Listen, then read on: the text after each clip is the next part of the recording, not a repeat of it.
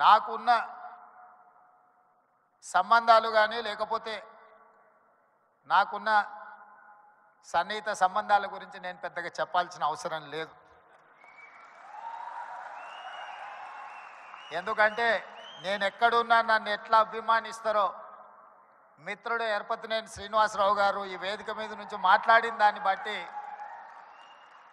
నేను ఎక్కడున్నా ఏ వేదిక మీద ఉన్నా కమ్మ సామాజిక వర్గం నన్ను ఎంత అభిమానంతో చూసుకుంటుందో ఎర్పతినేని శ్రీనివాసరావు గారి మాటలు వింటే మిగతా అందరికీ అర్థమవుతుంది. అదేవిధంగా సత్యవాణి గారు ఒక మాట అన్నారు. వారు మాట్లాడుతుంటే అనర్గళంగా ఏ పేపర్ చూడకుండా వారి ఉపన్యాసం వినాలి అని అనిపిస్తుంది అని. అది ఎక్కడి నుంచో కాదు, ఎన్టీఆర్ లైబ్రరీలో నేర్చుకున్న చదివే ఈరోజు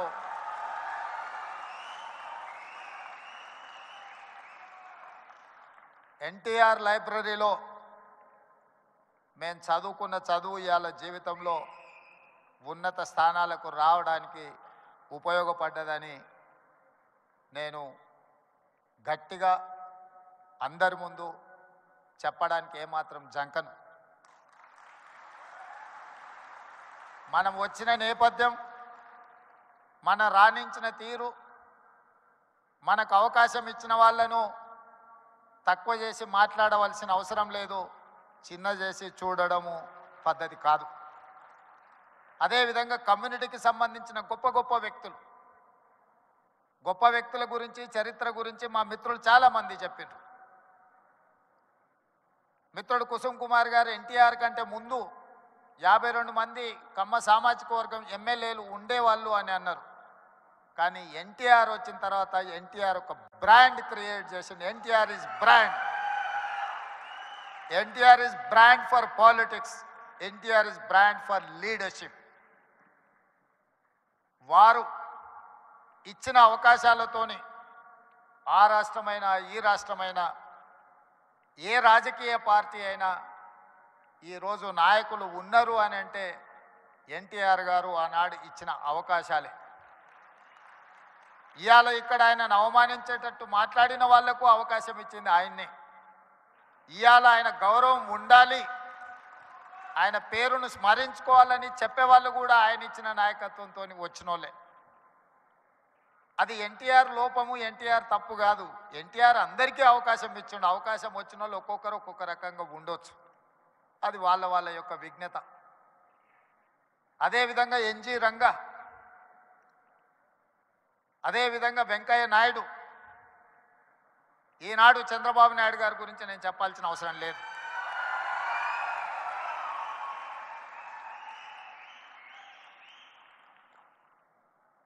ఈ దేశంలో కాంగ్రెస్ పార్టీకి ఎదురే లేదు.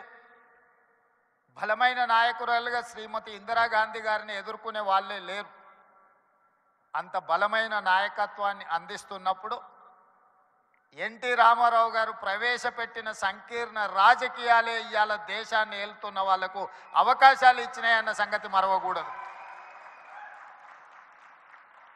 రామ్మోహన్ రావు గారికి గుర్తుండి ఉండాలి,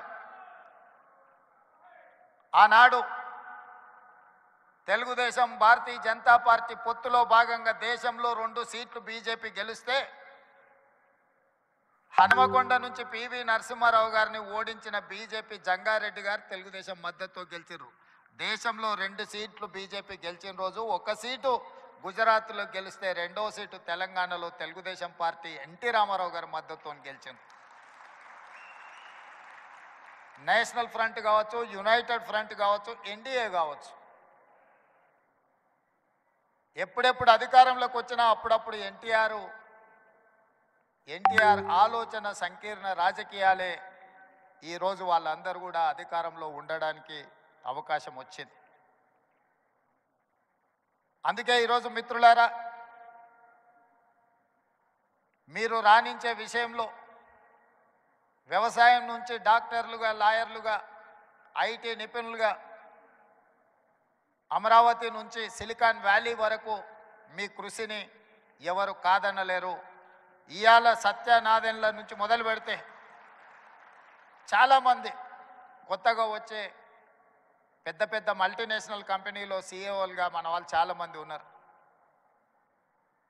సరే, అమెరికాలో ఇక్కడ బహిరంగ సభ పెట్టిన దానికంటే పెద్ద ఎత్తున మా తానా సోదరులు సభలు పెడుతుంటారు ప్రతి 2 సంవత్సరాలకు తప్పకుండా. ఇప్పటివరకు ఎప్పుడూ నేను వెళ్తూనే కలుస్తూనే వస్తున్నా. అయితే ఈ సమావేశం